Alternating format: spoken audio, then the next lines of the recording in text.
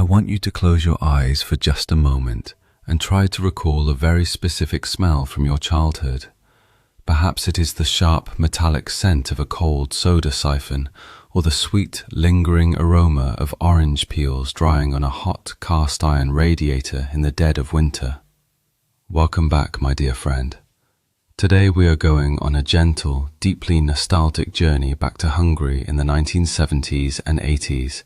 We are going to explore 20 everyday rituals that were completely normal to us back then, but which might seem entirely absurd, or at least beautifully forgotten, to anyone growing up today. By the end of our time together, I will share one very special, sacred weekly tradition that bound our families together in a way we so desperately miss now. So, make yourself comfortable, pour a warm cup of coffee, and let us travel back home. Before we dive into these precious memories, let us take a moment to remember how incredibly different the flow of time felt back then. In our era, time moved at a slower, more deliberate pace. We did not have the constant, overwhelming rush of instant messages or endless news feeds screaming for our attention. Instead, our lives were built around the profound value of waiting. We waited for letters, we waited for the television to broadcast, we waited for years to buy a simple car. But this waiting was not a burden. It was the very space where anticipation grew, where patience was learned, and where true human connection blossomed. There is a common myth today that because we lived with fewer technological comforts or behind a political curtain, our lives were somehow poorer or less vibrant. But you and I know the absolute truth. What we lacked in material abundance, we made up for with an incredibly rich emotional life. Our days were filled with immense sincerity, deep resilience, and a profound reliance on our neighbors and friends. We lived in a world where things were fixed rather than thrown away, and where looking into someone's eyes was the only way to truly communicate. Let us gently step back in time and recall the very specific, sticky sweet ritual of returning glass bottles to the local grocery store, which we all lovingly called the kurzet. Do you remember the distinct clinking sound of heavy glass echoing in your canvas shopping bag as you walked down the sunny street? In the 1970s, nothing was ever thrown away carelessly. We carefully washed and collected every single empty bottle of Bambi or Traubi soda, storing them in a designated corner of the pantry until the weekend. Bringing them back to the store was not just about getting a few coins in return. It was an essential rhythm of household life. The clerk behind the counter, usually wearing a crisp, slightly faded blue or white smock, would rapidly count the thick, textured glass bottles with an incredibly practiced hand. The smell of the store was a comforting mixture of freshly baked bread, roasted coffee beans, and that faint, sweet aroma of spilled fruit syrup near the return counter.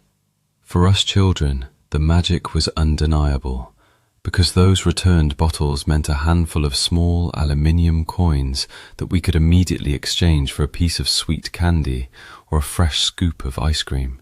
We were taught the absolute value of things, learning that even an empty vessel had worth, and that patience and care were always rewarded in the end.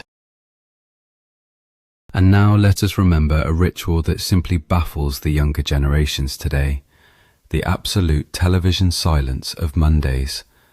Imagine trying to explain to someone now that for an entire day of the week, the television set was practically a piece of silent furniture.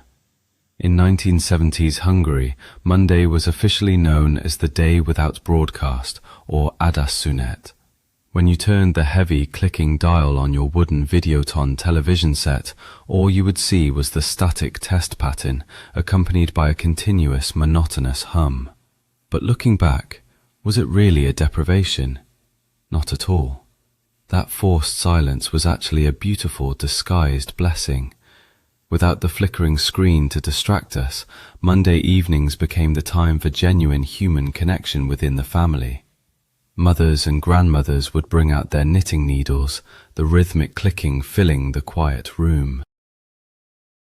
Fathers might read the newspaper or play a slow, thoughtful game of chess with the neighbours. We children would sit on the rug, drawing on the back of discarded paper, or listening to the magical, crackling sounds of a vinyl record spinning on the turntable.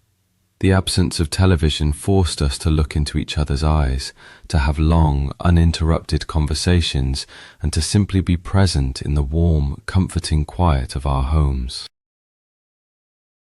Let us turn our memories to the long, almost unbelievable ritual of waiting for a family car, specifically the legendary Trabant. Today, you can simply walk into a dealership and drive away in an hour, but in 1970s Hungary, getting a car from the state-owned distributor called Merkur was an exercise in extreme patience and hope. Do you recall the immense weight of the moment when you finally mailed your application and paid the substantial deposit at the National Savings Bank? What followed were years, sometimes up to 5 or even 10 years, of sheer anticipation. We did not wait with bitterness, but rather with a collective sense of shared destiny. Families would constantly talk about what colour they might get, secretly hoping for the pale blue or the mustard yellow, even though you had to accept whatever was assigned to you. When that plain official postcard finally arrived in the mail, announcing that your plastic-bodied wonder was ready for pickup in Budapest, it was a cause for neighbourhood celebration. We would travel to the capital, standing in massive lots filled with identical little cars, smelling the distinct odour of cheap leatherette seats and fresh two-stroke engine oil. The moment you turned the ignition and heard that unmistakable, loud, sputtering sound, you were not just driving a car, you were driving a long-awaited dream come true. And now let us recall the beautiful, vanishing tradition of building homes together, a system of mutual help we called kaláka. In our modern era, we simply hire strangers and contractors to do the heavy lifting, but back then, building a family home was a communal ritual that bonded entire neighbourhoods. If a young couple decided to build a house in the countryside or the suburbs, they rarely did it alone. Instead, uncles, cousins, friends and colleagues from the factory would gather at the crack of dawn on weekends. Can you still hear the rhythmic, scraping sound of shovels mixing coarse gravel and grey cement in the rusty, spinning concrete mixer? Can you smell the damp, heavy earth and the strong aroma of sweat and cheap cigarettes? There was no formal payment exchanged, only the unspoken promise that when your time came to pour a foundation or raise a roof, the same hands would be there for you. The women of the family would cook massive cauldrons of rich, red paprika-infused goulash over open fires, feeding the exhausted, dust-covered men. It was back-breaking, agonizingly hard labour, yet it was infused with an incredible spirit of solidarity, laughter, and shared purpose. You were not just laying bricks, you were cementing lifelong friendships, creating a home infused with the love and sweat of your closest friends. Let us take a sensory journey back to the freezing, misty winter dawns and the deeply rooted rural tradition of the pig slaughter, or dísnovágás. To an outsider today, this might seem like a harsh or even absurd practice, but for Hungarian families in the 1970s and 80s, it was the most important culinary and social event of the year. The ritual began long before the sun even thought of rising, usually in the bitter cold of December or January. Do you remember the sharp, biting frost on your cheeks and the comforting, fiery burn of the homemade plum brandy, the hazipelinka, that the host poured to warm the men's spirits? The air would soon fill with the intense, smoky smell of burning straw used to singe the animal, a scent that clung to our heavy woolen sweaters for days. It was a massive orchestration of family labour where absolutely nothing went to waste. Grandmothers expertly cleaned intestines. Aunt stirred massive vats of melting fat to make pristine white lard and crispy pork cracklings, while uncles seasoned the ground meat with mountains of crimson paprika and pungent garlic for the sausages. The entire day was a loud, chaotic symphony of chopping, laughing, and sharing stories. By the time we sat down for the evening feast, eating fresh pork roast and pickled cabbage, we felt an immense sense of security, knowing the pantry was full for the long winter ahead. And now let us drift to the long, golden, carefree summers spent at Lake Balaton, specifically the unique experience of vacationing with trade union holiday vouchers. For the working class of the 1970s, the chance to spend 2 weeks at a state-sponsored resort was the absolute highlight of the year. Do you remember the sheer excitement of packing the heavy, boxy suitcases and squeezing onto a crowded, sweltering train heading toward the Hungarian Sea? The resorts themselves were simple, often consisting of row upon row of identical, slightly damp wooden cabins or large concrete hotel blocks. But the luxury was not in the architecture, it was in the freedom. We awoke to the sound of a crackling loudspeaker announcing the morning gymnastics, followed by the clinking of porcelain plates in the massive, echo-filled dining hall where we ate standard, simple meals. But oh, the magic of the beach! Can you still smell the unmistakable mixture of cheap suntan lotion, blooming linden trees, and the greasy, garlicky aroma of freshly fried langos wafting from the beachside stalls? We stood in long lines with our damp swimsuits, clutching our few coins just to bite into that hot, salty dough. There were no smartphones, no endless distractions, just the gentle lapping of the shallow green waves, the squeals of children riding colourful plastic air mattresses, and the absolute joy of a simple summer.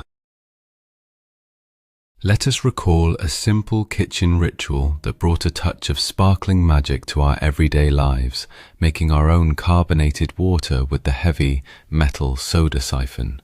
Today, people buy disposable plastic bottles without a second thought, but in our era, the sleek, cold aluminium siphon was a prized possession on every kitchen counter. Do you remember the substantial, reassuring weight of the bottle as you filled it exactly to the red line with cold tap water?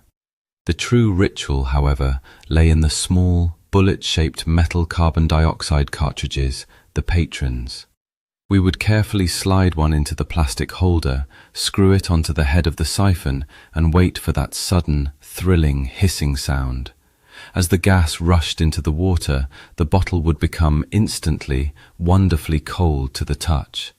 It was a little moment of domestic alchemy. And we never threw those empty metal cartridges away. We collected them diligently in small paper boxes to exchange them for full ones at the local grocery store, paying only a tiny fraction of the cost. That intensely bubbly soda water was the absolute foundation of our summer drinks, mixed perfectly with rich, sweet raspberry syrup to make the most refreshing beverage imaginable. The sharp, mechanical hiss of the siphon was the soundtrack of our afternoons, a sound that instantly brings back the feeling of coming home with scraped knees after a long day of playing outside. And now, let us remember an establishment that is completely vanished from the face of the earth, the delicate, meticulous world of the nylon stocking repair shop. In the 1960s and 70s, a pair of sheer nylon stockings was a precious, almost luxurious commodity for women. To snag one on a rough wooden chair or a stray nail was a minor domestic tragedy. But you never threw them away. That would have been unthinkable wastefulness. Instead, you washed them gently and took them to a specialized artisan, a woman whose sole profession was picking up dropped stitches. Do you recall stepping into those tiny, often poorly lit ground floor shops that smelled faintly of dust and old perfume? The repair woman would sit completely still behind a large magnifying glass, bathed in the glow of a single bright desk lamp. She used a tiny, vibrating electrical needle that made a soft, continuous humming sound. With the precision of a skilled surgeon, she would catch the microscopic runaway thread and weave it seamlessly back to the top of the stocking. For just a few coins, the precious garment was saved and ready to be worn to the Sunday theatre or a dinner party. It was a time when we genuinely valued what we owned, deeply understanding the labor required to make things last. We fix things instead of discarding them, a beautiful philosophy of care that modern society has sadly forgotten. Let us gently wake up our senses by remembering the absolute cornerstone of the Hungarian morning, the ritual of brewing espresso in a traditional aluminium kotyogo coffee maker. Long before the era of instant coffee or silent push-button electric machines, making coffee was a slow, deliberate, and fiercely sensory process. Do you remember standing in the quiet, dim kitchen at 6 in the morning, unscrewing the two halves of the metal pot? The coarse, dark roasted coffee grounds had a sharp, earthy aroma that clung to your fingers as you pressed them into the small metal filter. You would place it over the pale blue flame of the gas stove, and then you simply had to wait. The silence of the sleeping house was eventually broken by that unmistakable, cheerful, sputtering, bubbling sound, the very sound that gave the kotyogo its name. The rich, thick smell of strong espresso would suddenly bloom and fill the entire apartment, drifting into the bedrooms and gently waking up the family. Pouring that dark, intense liquid into small, delicate porcelain cups, perhaps adding a single sugar cube, was a moment of quiet meditation before the rush of the workday began. That sturdy, slightly battered aluminium pot was practically a member of the family, surviving decades of daily use. It did not just make coffee, it reliably brewed our courage for the day ahead, filling our mornings with warmth and an unforgettable aroma. And now let us recall a ritual of quiet rebellion and an intense connection to the outside world, secretly listening to foreign broadcasts on a small, portable radio. In the shadow of the 1970s, information was carefully controlled, but our curiosity could never be contained. Do you remember the heavy, boxy shape of the Soviet-made Sokol radio in your hands, encased in its slightly stiff brown leatherette cover? The true magic happened late in the evening, when the house was quiet and the signal seemed to travel further through the dark atmosphere. We would slowly, agonizingly turn the small white tuning dial, hunting for the elusive frequency of Radio-Free Europe. It was never a clear connection. We had to fight through a thick, screeching wall of deliberate jamming signals, a chaotic storm of static and mechanical whistling that the authorities broadcast to drown out the foreign voices.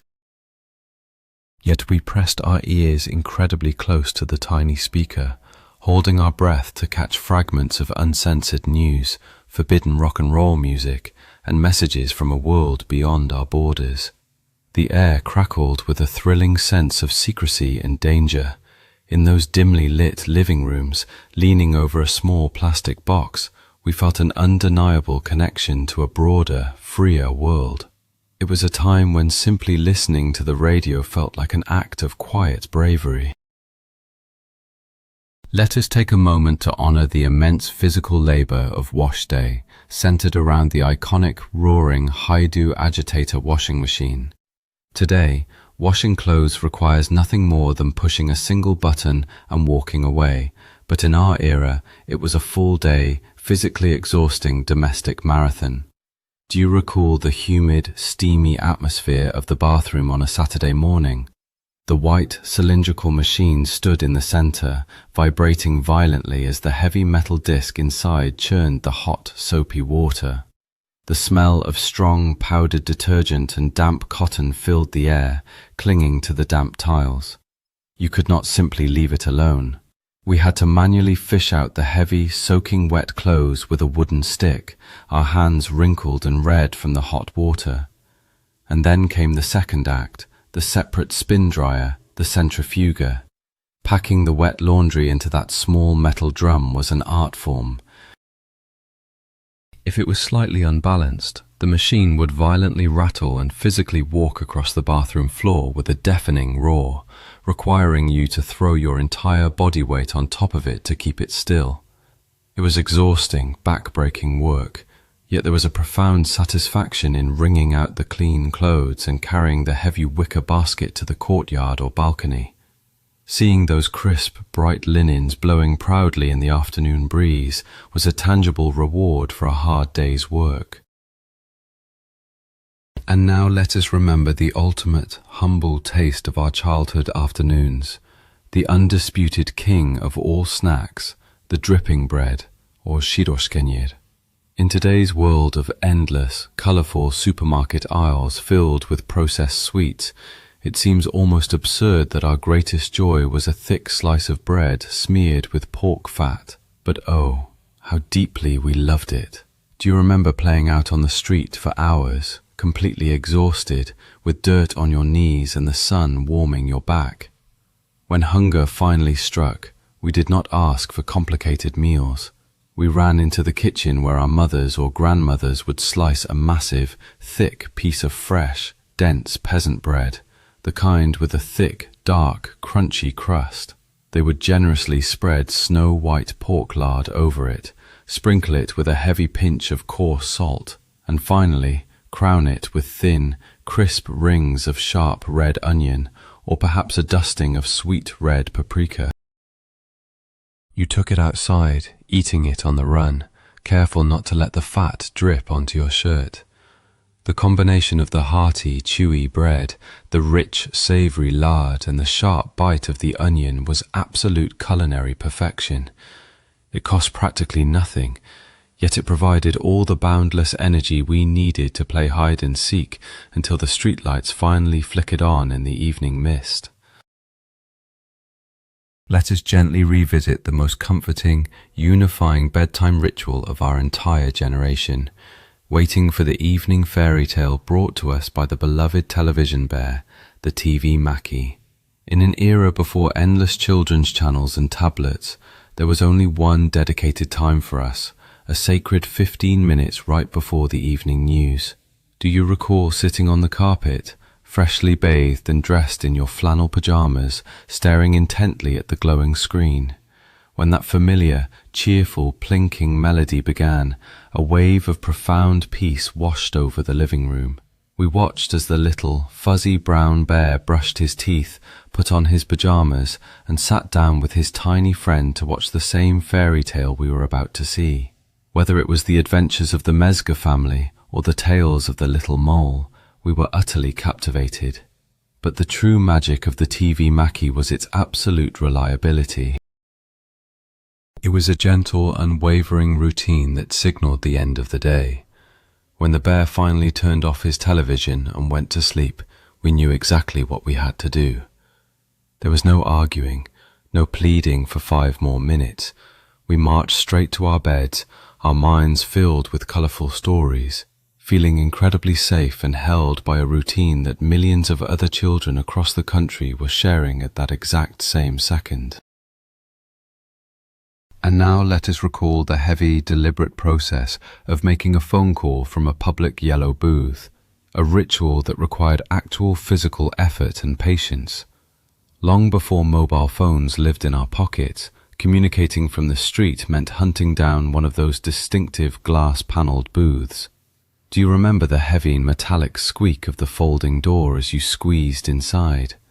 The air in there was always completely unique, a strangely comforting mixture of stale cigarette smoke, old paper from the torn telephone directories hanging on a chain, and the sharp scent of cold metal. You would pick up the heavy black Bakelite receiver, trapping it between your ear and shoulder.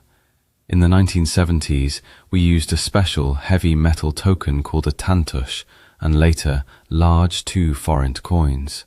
There was a very distinct, satisfying mechanical clunk when you dropped the coin into the slot. You would carefully dial the numbers on the rotary wheel, listening to the rhythmic clicking as it spun back to its starting position. And if the person on the other end answered, you heard the sudden, loud dropping of the coin as the connection was finally made. It was a physical commitment to conversation. We planned our words carefully, knowing we only had a few minutes before we had to feed the machine again, making every single spoken sentence feel incredibly valuable and important. Let us take a walk down the bustling city streets of our memory and step through the heavy glass doors of the grand state department stores like the Scala or the Centrum Arojas.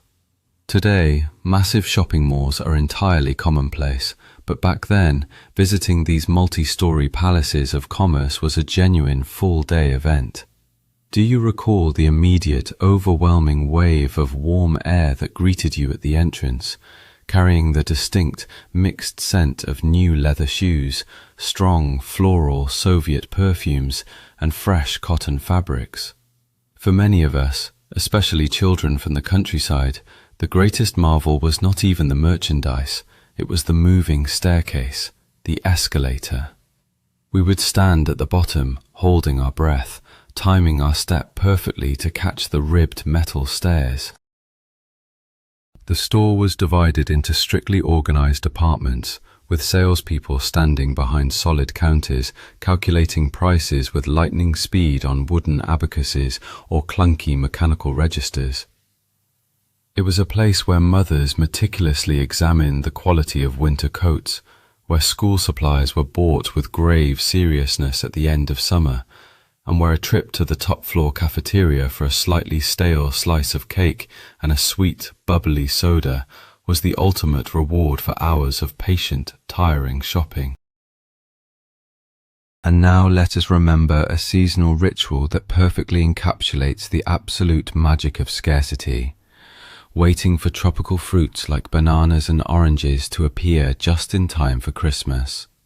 In today's world of global abundance, where exotic fruits sit on shelves year-round, it is incredibly difficult to explain the absolute thrill of acquiring a simple bunch of bananas in 1970s Hungary. These fruits were considered luxury items, imported in extremely limited quantities only during the deepest, coldest winter weeks. Do you remember the incredibly long, shivering lines outside the greengrocer, winding down the snowy pavement? We stood patiently for hours, wrapped in thick scarves, hoping the supply would not run out before we reached the counter. When Mother finally brought home those precious, slightly green bananas or deeply fragrant oranges, they were treated like treasures. We would place the unripe bananas on top of the warm, humming radiator, checking them obsessively every single day until their skins turned a vibrant speckled yellow. And when we finally peeled an orange, we never threw the skin away. We left the rind scattered on the hot metal heaters, allowing that bright, sharp, sweet citrus oil to evaporate and fill the entire apartment. That smell was the undisputed essence of the holidays, a scent of rare joy and deep gratitude. Let us return to the noisy, chaotic schoolyards of our youth and recall the massive collective effort of the pioneer scrap collection drives, the papírgyűjtés. Today, recycling is a quiet, personal household chore, but for us, as young pioneers wearing our bright red ties, it was a fiercely competitive, thrilling adventure. Do you remember spending entire afternoons roaming the neighborhood with your classmates, pulling a rickety wooden cart or a rusted wagon behind you? We would confidently knock on every single door in the apartment building, politely asking the neighbors for old newspapers, discarded cardboard, and heavy stacks of magazines. Our hands were always covered in black ink and dust by the end of the day. The true excitement came when we dragged our massive, teetering piles back to the school courtyard. We stood in long lines, watching intently as the stern teachers weighed our banties on large, industrial iron scales. The smell of old, damp paper filled the autumn air. It was not just about the tiny amount of money the class might win for an excursion. It was about proving our dedication, working together as a tight-knit unit and feeling a deep, proud sense of usefulness. We were taught early on that our collective effort mattered, that many small hands pulling together could literally carry the weight of the world. And now let us remember the slow, deliberate and beautiful ritual of maintaining connections across distances, the act of writing a simple picture postcard, a leveletturlapp, during our summer vacations. In our modern age of instant photographs and fleeting text messages, the idea of waiting a week for a physical greeting seems completely absurd. But in our era, a holiday was truly never complete without a trip to the local post office or the small tobacco kiosk to buy those glossy cards. Do you recall carefully choosing the perfect image? Perhaps it was a brightly coloured view of the Tihany Abbey at Lake Balaton, or a sun-drenched street in a trade union resort town. The real challenge, however, was the writing itself. You had only one tiny, confined rectangular space on the back. We would sit on the terrace in the late afternoon sun, uncapping our blue ink pens, trying to squeeze a whole week of joy into 4 short, carefully chosen sentences. We would write that the weather is beautiful, the water is warm, we eat well, and we are kissing you all. We wrote the addresses in perfectly slanted cursive handwriting, sticking the small perforated stamp in the corner. When those cards finally arrived in the mailboxes of our friends and relatives, often days after we had already returned home, they were kept on shelves and tucked into mirror frames, serving as tangible, lasting proofs of our love and remembrance. Let us recall the immense respect and the palpable excitement that surrounded the arrival of the local postman, the postas, especially on the days he brought the family allowance or the monthly pension. He was not merely a faceless delivery worker dropping letters into a box. He was a deeply respected pillar of our community, a bearer of news, money, and connection. Do you remember the distinctive heavy sound of his leather satchel slapping against his side, and the rhythmic crunch of his boots on the gravel or the worn staircase? In the 1970s and 80s, pensions were delivered in thick brown paper envelopes, counted out in crisp, colourful banknotes right there on the kitchen table. It was an incredibly slow, trusting ritual. Grandmothers would put on their reading glasses, sign the large lined ledger with a trembling hand, and then carefully count the notes. But the postman never left immediately. It was an unwritten rule of deep hospitality to offer him a seat, a strong, hot black coffee, or on a freezing winter morning, a tiny, warming shot of homemade plum brandy. He knew the names of all the children, the ailments of the elderly, and the general heartbeat of the street. His visit was a comforting anchor in the month, a reminder that we were all part of a close, caring, and intimately connected community. Finally, let us close our eyes and remember the most sacred, unbreakable ritual of our entire week, the traditional Hungarian Sunday lunch, crowned by the slowly simmered golden meat soup, the húsleves. No matter how difficult the week had been, no matter the struggles or the shortages, Sunday at noon was a time of absolute peace and familial devotion. The preparations began early in the morning. Do you recall the heavy, damp, savoury steam that coated the kitchen windows, smelling deeply of boiling beef bones, sweet yellow carrots, and pungent celery root? The soup had to simmer for hours on the lowest possible flame so it would remain perfectly, beautifully clear. At noon, the entire family gathered around the table, which was always covered with a pristine, starched white tablecloth. The television and radio were turned off. The steaming golden liquid was served in delicate flowered porcelain bowls that were used only on this special day. We ate the rich soup first, followed by the tender boiled meat served with fiery grated horseradish, and finished with a slice of jam-filled sponge cake. It was a slow, deliberate meal, filled with deep conversations, laughter, and the gentle clinking of silverware. This was not just about nourishment. It was a profound weekly communion, a sanctuary of time where we felt deeply rooted, fiercely loved, and entirely safe in the embrace of our family. As we come to the end of our journey, it becomes beautifully clear what we are truly yearning for. When we look back at the old glass bottles, the noisy washing machines, or the slow, crackling radios, We are not simply missing the objects themselves, we are mourning the loss of our youth, the slower, gentler rhythm of time, and the deep, unbreakable connections we shared with one another. We miss a world where presents meant everything, and where the simplest slice of bread with lard could make us incredibly happy. Thank you so deeply for walking down this memory lane with me today. If these stories brought a warm smile to your face, please gently press the like button and subscribe to our channel so we can continue to share these beautiful journeys together. And now, I would love to hear from you. Which of these rituals do you miss the absolute most? Or is there another cherished memory from your Hungarian childhood that you hold dear? Please share your personal stories in the comments below so we can keep these precious memories alive together.